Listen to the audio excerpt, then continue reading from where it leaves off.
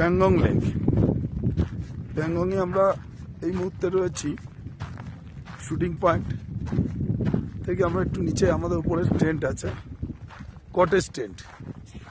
আমরা মোটামুটি আমাদের সঙ্গে যারা ঘুরতে এসছেন তারা তো খুবই এক্সাইট। সিনিয়র সিটিজেনকে আর কে বাচ্চা বলা মুশকিল, যে যেমন পাচ্ছে ফটো তুলছে, জলে পা লাগাবে।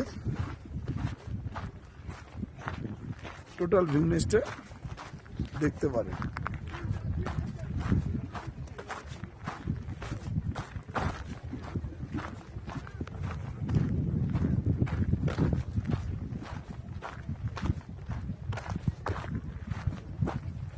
দেখুন, হ্যাঁ, আপনাদের কিরকম লাগছে একটু কাইন্ডলি বলবেন, শেয়ার করবেন।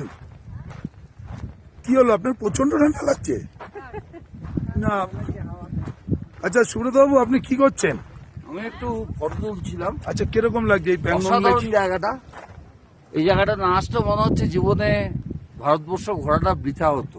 ওই পেছনটা চায়না, ওই জায়গাটা চায়না, আর আমরা ইন্ডিয়াতে আছি। থ্যাঙ্কস টু শ্যামদা, হ্যাঁ, যে আমাদের খুব আনন্দদায়ক একটা জায়গায় নিয়ে এসছে এবং খুব ভালোভাবে রেখেছে।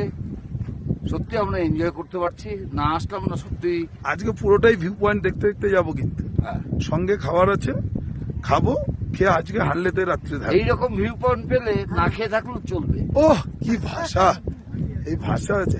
আপনার তো মানে অনেকটাই ভয় ছিল, ভয়গুলোকে কোথায় রেখে আসলেন? আসতে যতটা ভয় পেয়েছি, আমার ভয়টা কেটে গেছে।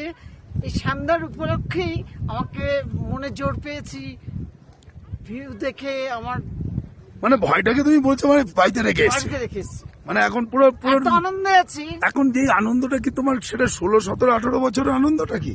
তোমার তো এখন তো বয়স হয়নি এখন, না, বেশি হয়নি। হয়নি, কিন্তু সেই যে 16, 17 বছরে যে আনন্দটা করতে, সেই আনন্দটা কি এখন পাচ্ছ? না, 16-17 না, আমার হচ্ছে 25-26-এর যে আনন্দটা। ও আচ্ছা, 25 সালে। 16-17 আনন্দ করছে একমাত্র আমাদের মধ্যে সোমা হালদার, যার গায়ে কোনো এই ঠান্ডাতে বরফ জলের মধ্যে কোনো সোয়েটার চাদর দেখিনি। বাহ, যুগ যুগ দিও। বাহ, বাহ, ওই দেখুন পাটন নিয়ে পুরো কলেজ কালে আনন্দ। একদম কলেজ কালে আনন্দ। আর ওই তো কোথায় গেল আমাদের অরিজিৎ দা? তোমাকে ফাটিয়ে দাও। সে ওই বউ দেখুন, নিয়ে আছে। বউকে 1 ইঞ্চি ছাড়েন না উনি। হ্যাঁ।